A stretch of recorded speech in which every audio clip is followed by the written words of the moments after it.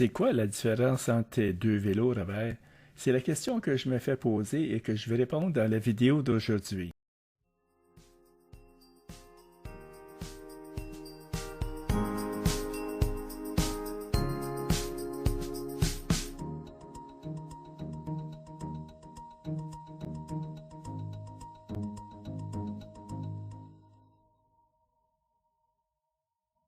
La première, c'est une Pedego City Commuter que j'ai achetée en 2015 et elle a maintenant environ 9000 km.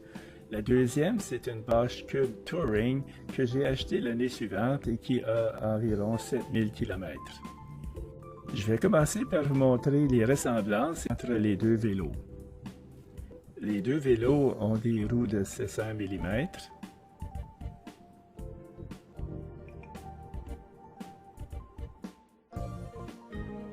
Les deux vélos ont la batterie installée sur le porte-bagages arrière.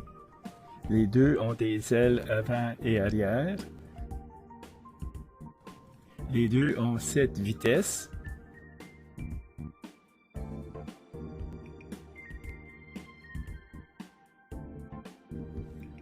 Les deux ont des freins à disque avant et arrière. Ici, on voit la Bosch. Ici, la Pedego. Et les deux ont une suspension dans la tige de selle. Les deux sont configurés pour une position assise verticale. Avec mes problèmes de cou, la position verticale, c'est la seule façon. OK, maintenant je vais vous montrer les différences. La Pedego est dotée d'une selle très confortable,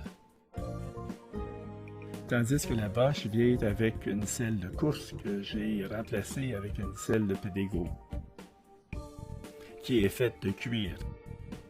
J'avais un problème avec les poignées de la Bosch. Elles étaient faites d'une substance étrange qui était très inconfortable pour les mains, alors je les ai remplacées avec des poignées en cuir de Pedego. Les deux ont des lumières avant et arrière. La lumière avant de la Pedego a brisé lors de la première saison. C'était tellement de la pauvre qualité que je ne l'ai pas remplacée avec une pareille. La lumière arrière de la Pedego est incorporée dans la batterie, mais elle aussi est très inefficace. Alors j'ai été obligé d'acheter un jeu de lumière puissante amovible. Les lumières de la Bosch sont adéquates, mais si vous faites beaucoup de vélo la nuit, ça serait une bonne idée d'acheter des lumières supplémentaires. Il y a une différence avec les freins. La Pedego, elle, est équipée de freins à câble. Et l'inconvénient du câble ou des câbles, c'est qu'ils sont extensibles. Tandis que la Bosch a des freins hydrauliques, ce qui donne une performance très supérieure aux freins à câble. Quand j'ai acheté la Pedego, j'ai choisi la batterie de 720 Wh. La batterie, c'est votre réservoir d'essence. Plus elle est puissante, plus vous avez d'essence. En 2016, la Bosch venait avec une batterie de 400 Wh. À compter de 2017, on l'achète avec une batterie de 500 Wh. La grosseur de la batterie, c'est le facteur principal qui détermine votre autonomie. La différence la plus marquante entre les deux vélos, c'est leur système de contrôle. La Pedego, elle, dépend de la cadence, c'est-à-dire la vitesse à laquelle vous tournez les pédales. Avec la Pedego, le moteur n'embraye pas avant qu'on soit rendu à 2 ou 3 km à l'heure. Tandis que le système de contrôle de la Bosch est beaucoup plus sophistiqué. Il dépend non seulement de la cadence, mais aussi de la pression qu'on applique sur les pédales. Alors, on a l'impression qu'on est Superman. La plus grande différence entre les deux vélos, c'est le moteur. La Pedego, elle, est munie d'un moteur roue. Il y a deux sortes de moteurs roues. Il y a le motoréducteur et il y a le moteur à entraînement direct. Le Pedego, lui, c'est le moteur à entraînement direct. Le désavantage d'un moteur d'entraînement direct, c'est que le moteur cause toujours un peu de résistance. Alors, si jamais on est obligé de pédaler le vélo à cause que la batterie est morte, c'est très difficile à pédaler à cause de la résistance.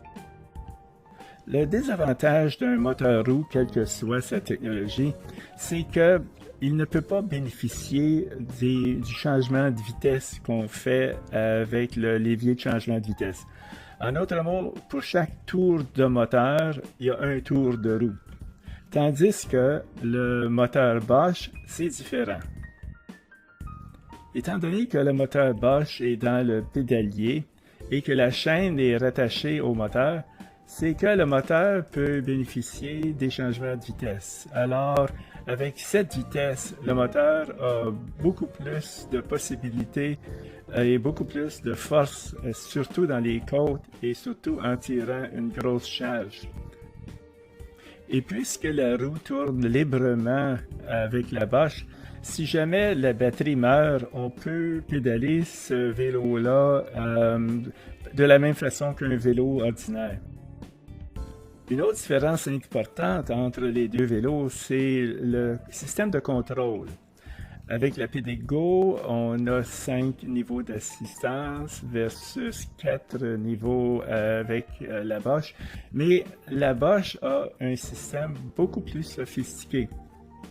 Quand il arrive à déterminer la charge restante avec la PDGO, le contrôleur nous dit combien il reste de batterie à 10 ou 15% près. Tandis qu'avec la Bosch, le contrôleur nous donne la charge restante à 1 km près. Le PDGO a un moteur de 400 watts, 48 volts, tandis que le Bosch a un moteur de 350 watts, 36 volts. Une grosse différence. Par contre, malgré la différence, à cause que la Bosch peut bénéficier des changements de vitesse, il est capable de monter une côte aussi à pic. En résumé, la PDGO étant plus puissante, elle est peut-être un peu plus excitante à conduire, mais la Bosch, étant donné qu'elle est d'une meilleure construction, une meilleure qualité, elle va être sûrement plus fiable.